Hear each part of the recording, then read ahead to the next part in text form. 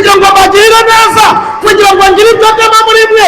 Nimwicishe bugufi, nimusenge, nimushake mu maso hanjye, nimuhindukirire, otomatike barangije bahamagara Imana.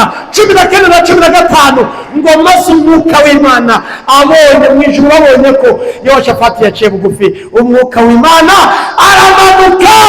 Ko dushaka kumwuka manuka kugira ibyo akora tubyicishe bugufi, bizagenda bite? ngo mwuka w'amashake mu maso y'Imana. Haleluya, haleluya. Muri Ngoma za mbere 15-11, iyo washatse mu maso y'Imana ibintu birikora. Umwami Yehoshafati.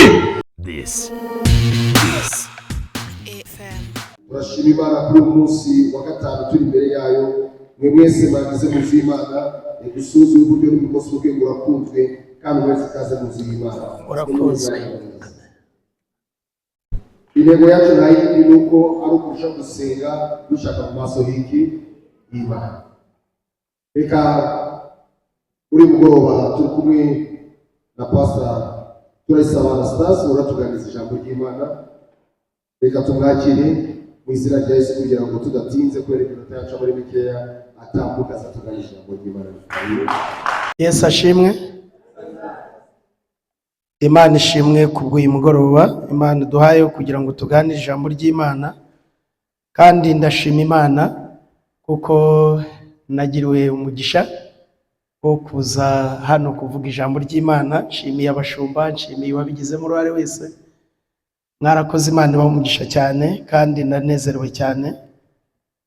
Nitwa Pastor Turayisaba Anastase, ndi umugabo ndubatse, mfite umudamu, mfite n'abana 5, kandi nk'uko babivuze ndi umupasiteri ahazwi nk'Irama hano imbere ya koleji hano muri Rugerero. Reka dusenge kugira ngo twumve ijambo Imana yashize ku mutima muri uyu mugoroba. Turagushimye Imana mu izina rya Yesu Kristo. Ndabizi kuri hano kandi turaguhendahenze kugira ngo ukomeze kubana natwe kubw'ijambo ryawe. Mu izina rya Yesu Kristo umwami wacu. Amen. Reka dusome ijambo ry'Imana mu Ngoma za 2 igice ni cya 7. Ingoma za 2 igice cya 7 turasoma umurongo wa 14, hanyuma turasoreza hirya gato mu gice cya 20 dusome umurongo umwe wa 3. Aravuze ngo maze abantu banjye bitiriwe izina ryanjye nibicisha bugufi bagasenga, bagashaka mu maso hanjye, bagahindukirira bakareka ingeso zabo mbi, nanjye nzumva ndi mu ijuru mbababarire igicumuro cyabo, bakirize igihugu. Reka dusoreze hano mu gice cya 20 n'ubundi mu Ngoma za 2. Turasoma umurongo wa 3. Handitseho ijambo rivuga ngo Yehoshafati aratinya, yihata gushaka Uwiteka, ategeka abayuda bose kwiriza ubusa. Akire neza ijambo ry'Imana. Ngize umugisha udasanzwe wo kuganira namwe ku ijambo. Ijambo ry'uyu munsi rifite intego ivuga ngo ni iyihe nyungu iri mu gushaka Imana. Iyi nyungu iri mu gushaka Imana. Ngira ngo ni intego n'umukozi w'Imana umushumba wacu Pastor Vuyana arabivuze. Ni n'umugisha udasanzwe w'uyu munsi wa 5 mu minsi 7 yo gusenga. Kandi kuri jye ndumva ari umugisha udasanzwe kubera ko hasigaye iminsi 2 ikaba 7, kandi buriya Imana irimo irakorera mu mizi y'ibyo murimo musengera, kandi hasigaye iminsi 2 mukabona imirimo y'Imana mu buryo budasanzwe. Haleluya. Ushobora kutabibonesha amaso, ushobora kuba waraje kuwa mbere, kuwa kabiri, kuwa gatatu, kuwa kane, uyu munsi wa 5 ukavuga gusa, ntubone ibimenyetso byerekana ko Imana iri mu kazi. Ariko Imana iri mu kazi. Haleluya. Imana iri mu kazi. niyo mpamvu nagize ngo tuganire kuri ijambo rivuga ngo nidushaka mu maso y'Imana, nitugiriye umwanya wo kuza muri iyi minsi 7 tuzanagaruka. Ntabwo gusenga muri Harvest biraba bihagaze, na nyuma y'iminsi 7 gusenga bizakomeza. Ni iyihe nyungu iri? Ubundi bifite umusaruro, birakora, bifite inyungu. Biranditse hano muri uyu murongo twasomye. Uyu murongo twasomye urimo ibintu bigera muri 4 bikomeye cyane kandi byavuzwe. Reka dusubire tubisome muri uyu murongo wa 14. Haranditse ngo maze abantu banjye bita izina ryanjye. Nimwumve icyambere. Icyambere baravuze ngo nibicisha bugufi. Iki ni icyambere kiri muri uyu murongo. Ubundi uyu murongo wa 14 dusomye urimo ibintu 4 ugasoreza mu nyungu. Icyambere baravuze ngo abantu banjye nibicisha bugufi. Icya kabiri bagasenga. Icya gatatu bagashaka mu maso hanjye. Icya kane bagahindukira bakareka ingeso zabo mbi. Ibi bintu bimwe biri muri uyu murongo ni ibintu bitumye twicara. Nibyo byanzanye, nibyo byamagurukije, namwe birabahagurutse. Nahoze ninya iri jambo nyirisoma hirya y'ejo. Salomo wavuganaga n'Imana muri aya magambo yari yujuje inzu nziza cyangwa urusengero rwiza cyane. Ntabwo Imana yigeze yita ku rusengero ngo ivuge ngo ubwo ari rwiza birahagije. Ntabwo Imana yigeze ibwira Salomo ngo wakoze akazi keza hamwe n'abantu b'Abayuda mwari kumwe, ibyo mwakoze ni byiza, bizakora mu buzima bwanyu no mu mibereho yanyu ya buri munsi, ngo bibe bihagije. Ahubwo uyu mugabo witwa Salomo, nyuma yo gukora uyu murimo mwiza, nyuma yo kugira ibi bikorwa byiza bifatika yakoze, hanyuma usomye umurongo ubanziriza wa 14 bigaragara ko yari ari mu mwanya wo kuruhuka atuje. Imana ivugana nawe. Haleluya, haleluya. Imana iramusanga ivugana nawe. Imana iramubwira ngo Salomo, ibintu wakoze ni byiza cyane, wujuje inzu nziza cyane, wujuje ihema ryanjye ry'ibonaniro ryiza cyane, kandi abantu mwafatanije nabo bakoze neza cyane. Ariko nubwo mbanezerewe, abantu igihe bazava mu mazu yabo, mu midugudu yabo, aho batuye, aho bakorera, bakaza kuri iyi nzu, haleluya, bakaza aha hantu, nanjye nzaba mpari. Iki ni ikintu cya mbere gikomeye. Nanjye nzaba mpari. Reba umuntu mwegeranye umubwire ngo hano hantu Imana irahari. Haleluya. Muri uko kuza, muri uko gutera intambwe, icya mbere abantu nibicisha bugufi. Buriya kwicisha bugufi ntabwo ari ikintu cyoroshye. Kwicisha bugufi binanira n'abantu benshi. Nanjye uhagaze hano, namwe muri hano batari hano, n'abandi bose, kwicisha bugufi birananirana. Abantu benshi umuntu aba yumva aremereye, akomeye, ndetse akenshi hari n'ibintu tugira bidukomeza. Kavuga uti pasiteri narize, mfite amazu, mfite imiturirwa, mfite imitungo, mfite abana barize. Ibyo bigatuma wumva ukomeye cyane. Kwicisha bugufi bikananirana. Imana yahereye kuri kiravuga ngo abantu bazazano nibicisha bugufi, nibicisha bugufi. Iki kintu kirakomeye, ni nayo mpamvu Imana yagihereyeho. Nubona umuntu yicishije bugufi, nubona umuntu wize cyangwa ufite ubushobozi yicishije bugufi, nubona umushumba yicishije bugufi, nubona umuntu ugaragara nk'uko mu miryango ikomeye yicishije bugufi, ujya uramureza umukono umusuzuma umubwire ngo Imana igumuke, ko birakomeye cyane. Imana nayo yaravuze ngo abantu nibaza kuri uru rusengero Salomo yubatse bakicisha bugufi, kabiri bagasenga, haleluya. Ibi bintu, iki kintu cya kabiri kirakomeye cyitwa gusenga. Uzabona abantu benshi bageze mu rusengero ari abantu baciriritse, ari abantu badafite ibintu runaka. Imana yabagirire neza, yabakoreramo, yabahereza, bamara kwikorera bamaze kubona ibintu bifatitse, ntabwo bazagaruka. Ni nayo mpamvu muri Imana yabivuze hariya mu gutinya kwa 2 iravuga ngo yewe Mose we, umbwirira aba bantu ngo nibagera mu gihugu mbajyanamo, nibamara kurya bakagira bate? Bagahaga. Bakubaka amazu bakagira bate? Bakayabamo. Bakorora inka zabo zikaba zigwiriye n'imikumbi yabo ikagwira. Bazibuke ko n'Uwiteka Imana babavanye mu gihugu cy'Egiputa mu nzu y'uburetwa, ntibazibagirwe ko ari njye wabikoze, bazahore basenga. Haleluya. Kubona abantu bafite ubushobozi, kubona abantu bize, kubona abantu bafite aho bageze basenga, bakozi b'Imana mwicara, ni hakeya wabibona, ni bake babibonamo. Ndetse abantu benshi barasubizwa. Umuntu akajya gusenga agenda n'amaguru, yabona igare ntagaruke. Umuntu akajya gusenga afite igare, yabona moto ntagaruke. Umuntu akajya gusenga afite moto, yabona imodoka ntagaruke. Umuntu akajya gusenga akodesha, yabona inzu ye bwite ntagaruke.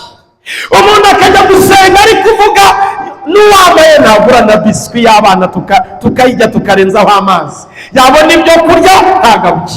Umuntu akajya gusenga adafite n'imbeba mu nzu za zindi zirya imyenda yacu n'ibyo kurya byacu twatetse, ariko yamara kubona ihene, yamara kugira intama, yamara kugira inka, ati mfite igikuyu. Muri rwa rwego agera rwo kutavuga inka, abantu bafite inka borora ntabwo bavuga umubare w'inka, yamara kuzigira atashobora kuvuga umubare, akabatereka reka ibintu byo gusenga. Ndetse bahura nawe akakubwira ngo uracyasenga. Nanjye byigeze bimbaho, umuntu arambaza uracyasenga? Asha, waravunitse kweli. Kubera iki? Twajyanaga ku karago tugapfukama tugasenga, ariko amaze gutabarwa nta mwanya bifite, nta mwanya afite. Iki kintu cya kabiri Imana yavuze hano kirakomeye. Turi kumwe tuvugane ngo amen. Haleluya. Kirakomeye cyane. Imana yaravuze icya mbere, abantu nibicisha bugufi. Icya kabiri, nibasenga. Aba bantu nibataryoherwa ko n'abashubije nkabatabara, bakaba bafite umwami nka Salomo, bakaba bakomeye, Salomo yari umunyabwenge, bakaba batishingikirije ku bushobozi bwe, ntibishingikirize ku bintu byabo. Aba bantu nibicisha bugufi kandi bagasenga. Icya gatatu, kubera igihe tukirinda, icya gatatu baravuze ngo bagashaka mu maso hanjye. Mose yigeze abwira Imana ngo Mana, ndashaka kukureba mu maso. Imana iramubwira ngo narabatinye mu ntego mufite muri uyu mwaka yo kureba mu maso y'Imana, gushaka Imana, kuyisenga ntabwo bigira abantu benshi. Imana ibamugisha, mufite intego nziza cyane. Ni ukuri Imana ibamugisha mu izina rya Yesu Kristo. N'uwayiteguye Imana ibamugisha mu izina rya Yesu Kristo. Ajya ahora yunguka ubwenge bwo kumenya no gusobanukirwa iby'Imana kenshi uko bukeye. Gushaka mu maso y'Imana. Ikintu cya gatatu kirakomeye, nubwo n'ibindi navuze ngo birakomeye nta mwanya mfite wo kujya mbivuga bihagije, ariko iki kintu cya gatatu nacyo kirakomeye, nshobora no kugikomeza kuruta ibindi byose. Mureke mbabwire, abantu ushobora kubabona mu rusengero ariko badashaka kubona Imana nayo itababona. Umuntu ushobora kubona ayimbaza hano, aririmba, avuga ubutumwa, avuga imirongo myinshi yo muri Bibiliya, ariko adashaka kureba mu maso y'Imana.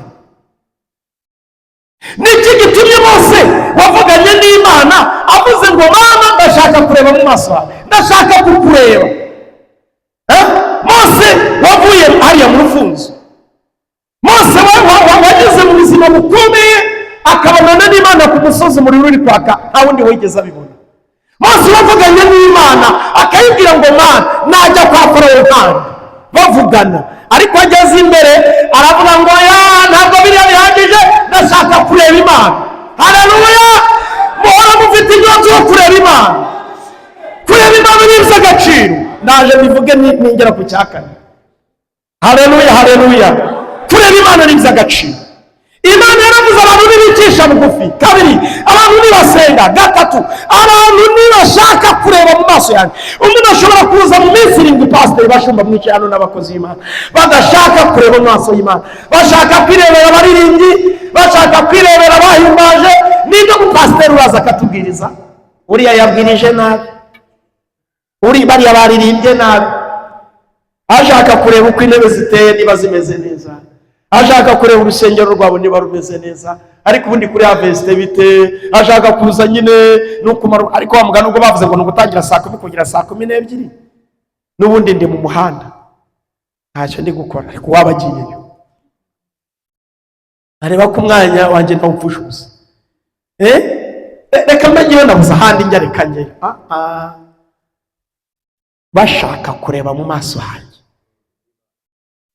bashaka kureba mu maso y'Imana, badashaka kureba umuntu, badashaka kureba umushumba n'umwe, badashaka kureba umuririmbyi n'umwe, badashaka kureba imyenda abantu bambaye, badashaka kuvuga ngo uriya yambaye nabi, badashaka gukritika, ahubwo bashaka kureba mu maso yawe.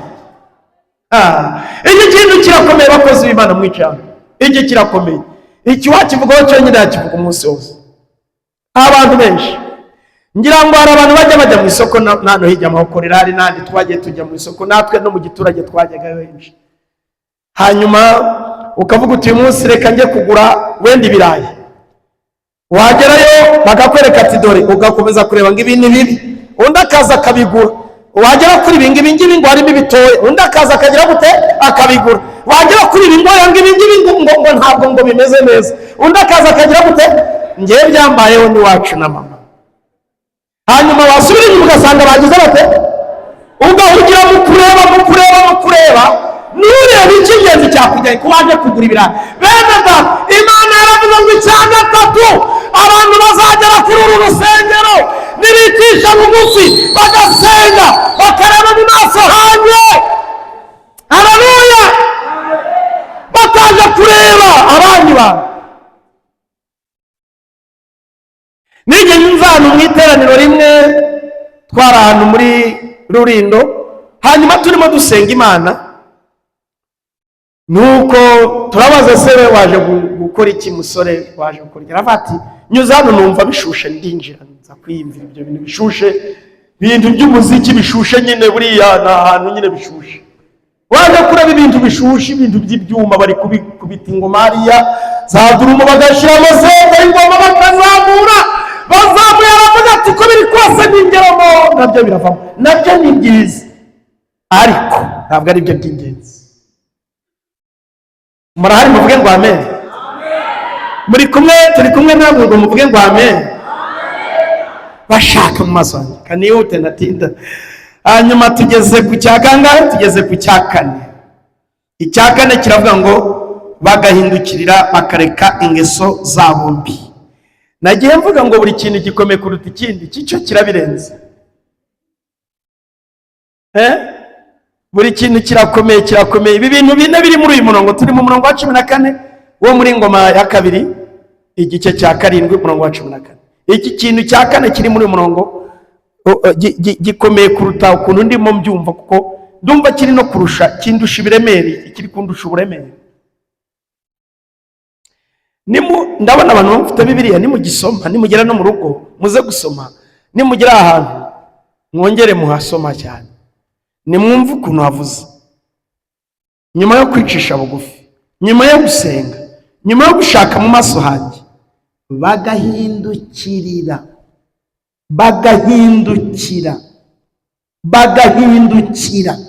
bakareka ingeso zabo mbi. Aka kantu murabumvise? Niba ari ikintu gikomeye mu kinyejana cyacu muri iki gihe cyacu, abantu bashaka gusenga badahinduka.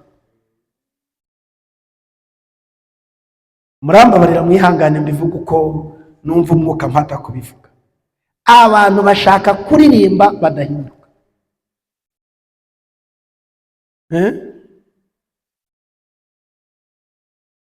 Umuntu akambarira inkweto hejuru y'iki? Y'igisebe. Adashaka gukura mu rukweto ngo bapfuke bahomore. Buriya abaganga mbigira ibintu bikomeye, barakubwira bati nubwo tugupfutse taha, wari uri mu bitaro Gisenyi none ugiye Mahoko, tuzaze mu bitaro Gisenyi, ariko hafi aho hari dispensaire.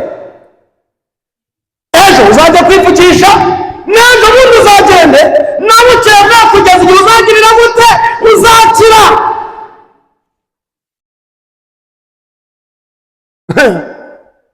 Tekereza bantu basenga, dufite ikibazo.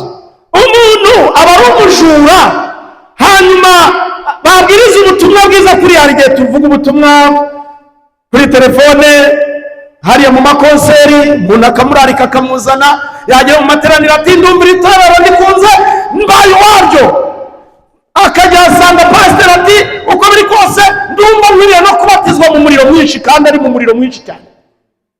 Hanyuma akiga bakamwigisha dogitirine z'Imana na gahunda zose z'itorero, nuko barangiza bakajya kumubatiza mu buryo babatiza umukristo, akava mu mukristo. Ubwo mbatizwa hari ikindi agahita ati ntabwo najya muri korari, wajya nakuntu se none ko mbatijwe najya mvuga ubutumwa ko maze kumenya itangiriro n'Abalewi no kubara no gutera kwa kabiri n'Amatayo namenya ahantu, kandi ndambuye Bibiri namenya rwose gutandukanya Amatayo n'Abalewi, ndetse kugeza none uvuze ibyahishuwe ntabwo najya mu itangiriro nzaho ibyahishuwe biri. Nuko uti rwose wamugani n'ababwa butumwa bari ntabo ngaho bwiriza. Ubujura ntiyaburetse, turi kumwe tuvuge ngo amen. Ubujura ntiyaburetse, n'amaturo yayiba, uhumye gato yayiba, uhumye gato intera yazitwara. Abantu benshi biba mu nsengero bajya gutobora mu nsengero, abenshi baba baranazibatirijwemo, barahazi, barabatijwe. Ijambo riratubwiye mu bintu bine biri muri umurongo wa 14 mu Ngoma za kabiri igice cya 7. Icya kane Imana yaravuze ngo abantu nibahindukira, abantu nibahindukira bakareka ingeso zabo mbi.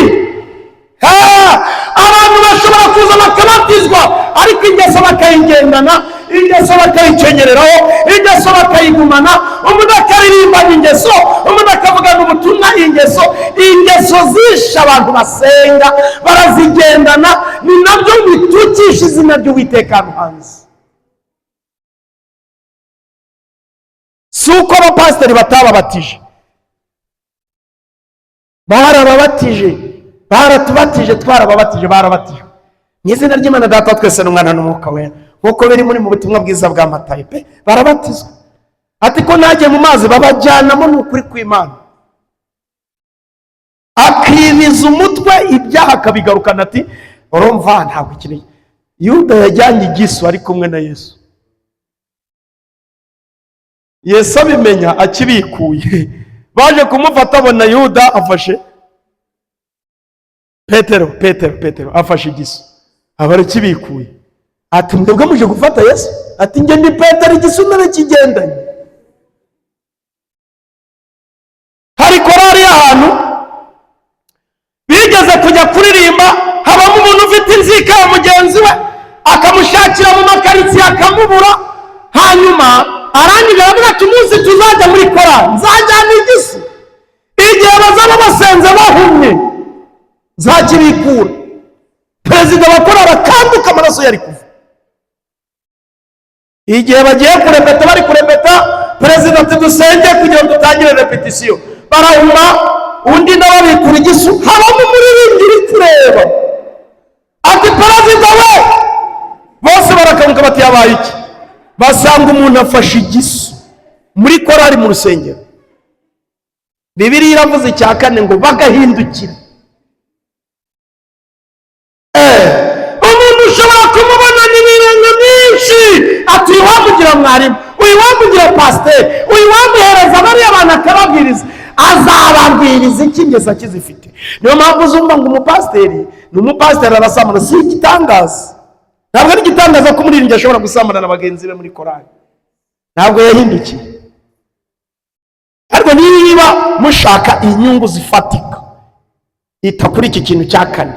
Nacyo ndagishoje ko navuze ko ntabitindaho kubera amasaha magenda. Ariko nimugera mu rugo, ibi bintu bine wongera ubusome, ndabinginze mu izina rya Yesu Kristo. Ibi bintu bine biri muri umurongo wongera ubusome, nirwo rufunguzo. Muranyumvise muvuge ngo amen. Ibi bintu bine ndabishoje, nirwo rufunguzo, bisorejwe abantu bagahindukira. Uzi ukuntu akareka jambo kanyuma kavuze ngo bakareka. Waretse iki? Ingeso mbi waraziretse. abantu baheruka kuri indaya. Muribuka Pawulo abwiriza ngo baramubonye barikanga batereka uri Sawuli reka ukuntu twikaga n'isengero ndabimiriye ukazitwika abantu ukabakubita, none nguzanyo bibiliya ngo uratubwiriza. Arababwira ati mumeruka kera, ariko haleluya, ati mumeruka kera, mumeruka narakizwa, nahuye na Kristo ngira gute ndakizwa, narababariwe, byaza byose munziho, narabikijijwe, ubu ndera n'umuvugabutumwa.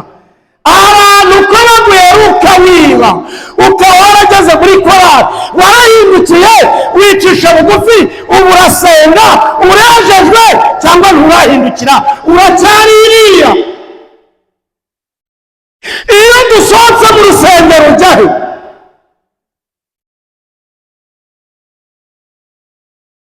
Ikibazo ntabwo ari ibibwirizwa bike, ikibazo ibibwirizwa ko ari byinshi. Noneho abapasiteri nabo Imana ikabasanga iti rero aba bantu ndi kubareba nkabona bakeneye, mushireho iminsi 7 mpure nabo, iri kugira ngo irebe ko wahindukira. Uhindukire mu izina rya Yesu, kugira ngo bibe urufunguzo rutuma bya bindi ushaka, ibintu ushaka, ibintu dushaka bibanzirizwa n'ibi bintu. Ibi bintu Imana yabivuze urusengero ari rwiza rwuzuye, ibi bintu Imana yabivuze Salomo warwubatse n'abahagaze aho, ibi bintu Imana yabivuze Abayuda batanze amafaranga yabo baraho, ibi bintu Imana yabivuze Dawidi watanze ibintu byinshi akabirundanya, byarakoze hano. Ariko Imana iravuga ngo ntabwo bihagije, abantu nibicisha bugufi bagasenga, bagashaka mu maso hanjye, bagahindukira, bakareka ingeso zabo mbi.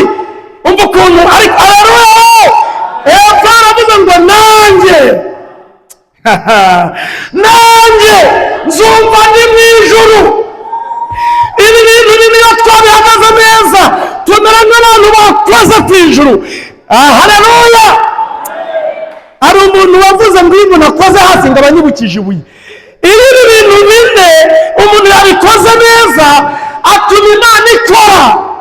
Iyo yabihagazemo neza akicisha bugufi, agasenga, agashaka mu maso y'Imana, akareka ingeso zose mbi, ibyo yakoraga akabivamo agakizwa, akubaha Imana, bitera Imana gukora. Imana iravuga ngo uyu muntu ntabwo namureka, nubwo atuye muri Mose sinamureka, nubwo atuye iriya ariko ntabwo namureka. Haleluya. Uzi ukuntu Bibiliya yavuze mu ijambo risoza uyu murongo wa 14, yavuze ngo nanjye, ngo nande? Ni Imana iri kubivuga, ni umuntu uri kubivuga? Ngo iki? Murakoze cyane. Imana iravuga ngo nanjye. Iri jambo riraryoshe, hano tugeze hararyoshe cyane. Nanjye nzumva ndi mu ijuru. Uzi ibintu bibiri zakora ranga bitatu. Nanjye nzumva ndi mu ijuru, mbababarira igicumuro cyabo, mbakirize n'igihugu. Urukumva inyungu? Ibi bintu bine nirwo rufunguzo. Twebwe rero mu kirokore cyacu ubu twarabicuritse, abantu basenga duhita dufata bino bine tukabigira ibya nyuma. Mana nkeneye amafaranga, Uwiteka nkeneye akazi. Ariko Mana urabona nakuze koko, mfite imyaka 30 na abasore wancaje igisori iri hakurya ko munaga umusore nta numumvugisha. Wa Mana, umuntu wize murakazi gute? Kandi ubwo amahame ya Bibiliya ntabwo ari kuyubaha. Ngibi ibintu bine bibanje. Imana yavuze ngo abantu nibicisha bugufi, bagasenga, bagashaka mu maso hanjye, bagahindukira, bakareka ingeso zabo mbi, nanjye nzumva ndi mu ijuru. Nanjye nzumva ndi mu ijuru. Haleluya.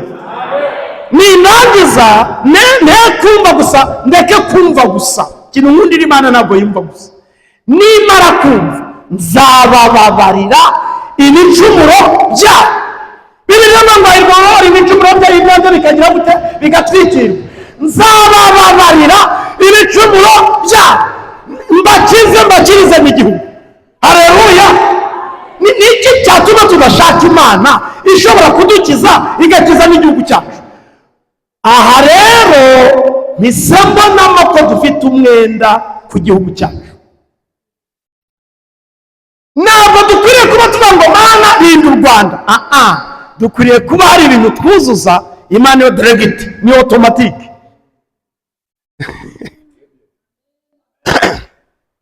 Ni ibintu birikora, kimwe kirava akajya bikindi. Nabonye mu ruganda ukuntu icupa riragenda rikajya hariya gifuniko gishyiraho igifuniko, icupa rikingiriza rikava nyine ritubwa igifuniko cyahagiye ntabwo ndaguma nyine kikava rikavaho, hakaza irindi ridafite igifuniko. Igipapuro bagishyira ku icupa gitubwa bashyizeho, ubwo bashyizeho igipapuro nta kundi ndagiye rikavaho nyine ntabwo byahaguma. Muranyumvise se? Rero ni otomatike. Imana iri kuvuga kugira ngo bakize, kugira ngo bakirize igihugu, kugira ngo bagirire neza, kugira ngo ngire ibyo ndema muri mwe. Nimwicisha bugufi, nimusenge, nimushake mu maso hanjye, nimuhindukirire, otomatike ibindi byikore mu izina rya Yesu. Ababyumvise? Haleluya! Yehoshafati ni umwami w'Abayuda, ni umwami ntabwo ari cenyege. Ni umwami ntabwo ari umuntu uciye bugufi, umuntu wa feke hari hasi. Ni umwami. Namwe nubwo mukomeye ntabwo muri hejuru y'umwami. Ni umwami. Ngo Abamoni n'Abamonimu ngo baramuteye, aratinya. Niko Bibiliya yatubwiye ku murongo wa 3. Atinye haje n'ijambo ryiza ngo yihata gushaka Uwiteka. Yase gushaka amagerenade, yase gushaka ibibunda bya rutura. Hari ubwo yongeye ingabo, hari ubwo yabwiye abantu ati murarizamu mwese mujya mu muhanda. Ngo yabwiye Abayuda, abagabo n'abagore, afata abakecuru n'abasaza. Abo tugira kumwe tugira gutya ndebe ko muhari. Imana ishimwe mu izina rya Yesu. Ndabanezerewe, ndabakunze, Imana ibamugisha n'ukuri. Arangije ngo Yehoshafati yihata gushaka Uwiteka. Muri ngoma za mbere 16 murongo wa 11 haranditse ngo mushake mu maso y'Imana. Haleluya, haleluya. Muri ngoma za mbere 16:11 iyo washatse mu maso y'Imana ibintu birikora. Umwami Yehoshafati ngo bamubwira amakuru, baramubwira bati ntabwo ari Abamoni baje gusa, n'Abamewunimu bageze gute nabo baje. Arangije kubyumva ngo yibuka ko Imana ifite ubushobozi burenze ubwo bamuteye. Arangije ngo yihata. Ariko haleluya, nta muntu wamuhase. Ubu yaba abantu bazi agaciro ko gushaka Imana. Aba bari kotsa ibigori hariya, n'abariya bari mu muhanda, n'abariya bibereye mu mazu bari kutwumva, ntabwo bakaraye hariya baba bicaye n'intebe zabaye nkeya. Iyi ntego mufite yaba abantu bo muri Mahoko bamenye agaciro kayo, ntabwo baguma hariya bose baba bicaye hano, kuko nabo hari ibyo bakeneye. Uzi urugamba bafite, uzi intambara bafite, yewe usohoke ugire uganiza cyangwa wumve bari kuganira. Yehoshafati ngo abonye bikomeye ngo yiyaka gushaka Imana. Aravuga ati kandi ntabwo ndayishaka njyenyine, namwe abagore, namwe abasore, namwe abakobwa, namwe muhaguruke. Ngo bose baramanuka bajya mu kibaya. Haleluya, haleluya. Ngo baramanuka barapfukama, ngo bahamagara Imana barasenga. Cya kintu cya mbere bicisha bugufi. Umwami Yehoshafati yicisha bugufi. Icya kabiri ngo barasenga. Icya gatatu bashaka mu maso y'Imana. Icya kane bakuraho ibyaha. Ngo barangije bahamagara Imana. 14 na 15 ngo maze umwuka w'Imana abonye mu ijuru, babonye ko Yehoshafati yaciye bugufi, umwuka w'Imana aramanuka. Ko dushaka kumwuka manuka kugira ibyo akora tubyicishe bugufi, bizagenda bite? Ngo umwuka aramanuka. Muri uyu munsi wa 5 mugeze wo gushaka Imana. Kuwa mbere mwaraje, no kuwa kabiri muraza, no kuwa 3, no kuwa 4, uyu munsi ni kuwa 5. Imana iriyereka mu izina rya Yesu, kuko muri bo murashaka mu maso. Haleluya, Haleluya. Muhumure, ndimo ndareba iminota, nsigaranye iminota 4. Ndimo ndayikurikira muhumure. Sanda yigira ndayikunda cyane nanjye. Imana ishimwe. Haleluya. Nusoma mu Kuva igice cya 2:23 kugera 25, Imana yigeze ibwira kera Aburahamu ngo abana azabyara bazamara imyaka 400 mu gihugu kitari icyabo. Bagezeyo bamara 200, 300, 400, bakomeza kuzerera ntibamenya ikintu bakwiriye gukora. Ngo ku mwaka wa 430 ngo bajya mu kibaya barasenga, ngo bagira bateraka, ngo barasenga bicisha bugufi, babwira Uwiteka bati dufite amakuru ko twagombaga kumara imyaka 400, none ibaye 430. Mu ijuru bahita baza mu kazi, babwira Mose bati abantu bicishije bugufi barasenga bashaka mu maso hacu, ubu rero bagomba kubuvamo. Iyo twashatse Imana ikora akazi. Hari abantu batangira gukira bagashaka abantu bazajya barakubura no gukoropa, n'abantu bazajya barateka umugore nawe akagereka kandi muri salo, wese ntibyamubera. Igihe yatekeye iyo mbabura umva muko teka neza zani cyasha dore shobuja yaje. Nuko rero ntabwo ibyo byagira umumaro wo gushaka Uwiteka ushobora byose. Karame nsigaranye 2. Haleluya. Ndabarangije bashaka Imana, ngo Uwiteka Imana abwira Mose mu gice cya 3 cyo mu Kuva 7:8, ngo yamubwira ngo mba Mose we numvise gutaka. Ariko Mana yagageze umuntu mwegere ngo Imana yumva gutaka kwawe, Imana yumva gusenga kwawe. Muri aya masengesho y'iminsi 7 Imana yumva gusenga kandi mu izina rya Yesu. Haleluya.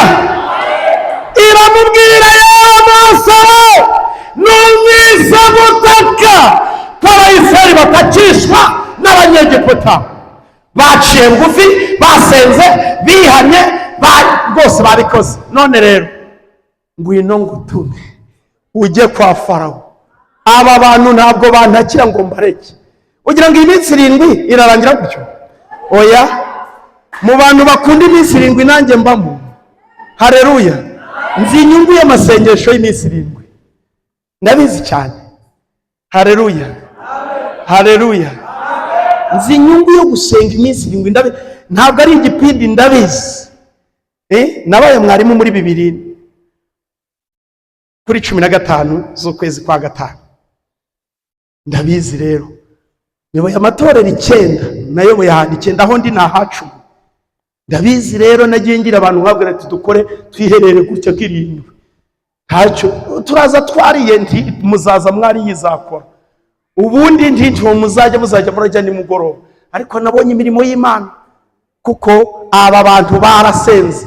Imana ibwira Mose, iramubwira Mose we nimugera mu rugo mwasome mu Kuva 3:7 mu maruke hepfo, numvise gutaka kw'Abayisiraheli batakishwa. Bibiliya yatubwiye muri Ngoma za 2:14 hepfo bavuze ngo nanjye nzumva ndi mu ijuru mbakize. Haleluya. Iravuga ngo none ngwino ngutume ukura abantu muri iki gihugu cy'Egiputa ubajyana mu gihugu cyiza kigari cy'amata n'ubuki, gituwe n'Abanyakanani n'Abahivi n'Abayebusi. Ndabirukana abo bakijyemo, kubera abari muri Kanani, guhera kuri Kanani ntibanyubashe baravamo, abanyubashe bakijyemo. Nuko gahunda ibimeze. Nakubaha Imana ariko ibindi bikajyamo. Haleluya. Yeremiya ejo bundi yarahanuye ngo bazamaraho imyaka 70. Irarenga. Daniyeli abagiye mu mwuka atariko irenga gute?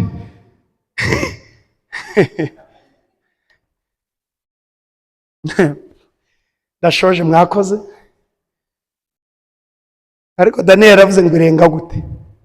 Ngo ababwiye Imana. Abwiye Imana ati ubuhanuzi bwa Yeremiya turabwemera. ko none yavuze ngo tuzamara 70 ikabirenze, maze ngo mu ijuru baba bagiye mu kazi, baba basanze umwami, baramubwira batumva rero aba bantu b'Abayuda bose bagomba gutaha, kandi ntabwo bagomba gutaha babereye aho, mushaka ikintu abantu bose baturanye n'Abayuda babatwerera ibintu by'ifeza, babahe n'izahabu, babahereza ibyo kurya n'ibyo kwambara. Ntabwo bagenda nta bintu bafite. Abantu basenze bagaca bugufi ngo Daniyeli amaze gusenga umwami aravuga ati mu ijuru barabikoze, Imana y'amahoro ibumvire kandi igihe igikora mu izina rya Yesu. Bahaguruke mbasengere dusenge mu ijambo ryayo. Imana ibahe umugisha. Amasengesho no kwicisha bugufi no guhindukirira tugashaka mu maso y'Imana birakora, birimo inyungu, ntabwo wazibara, ntabwo wazirondora, ariko mwese uko muri aha ndabifuriza ibintu bifatika nyuma y'aya masengesho. Muri aya masengesho n'izina rya Yesu Kristo umwami wacu, n'izina rya Yesu wa Nazareti, Imana ibagirire neza, Imana ibiteho, Imana ibakurikirane. Bibiliya yatubwiye ngo nanjye nzumva ndi mu ijuru mbakirize n'igihugu. Namwe ndabasengeye Imana ibakize, ibababarire ibyaha, nibamara kubabarira ibyaha Imana ibakize, ikize n'u Rwanda, ikize uturere tw'u Rwanda, ikize intara zacu, ikize imidugudu yacu. Mwese uko mungana Imana ibakize, ibakize umubi, ibakize imigambi y'umubi, ibakize imigambi yose. Imana ibagirire neza, Imana ibakurikirane, Imana ibiteho. Umugisha w'Imana ishobora byose ube kuri mwe muri aya masengesho, muzayasoze mu minsi 7 mubona Imana, mubona kugira neza kw'Imana mu izina rya Yesu Kristo umwami wacu. Amen.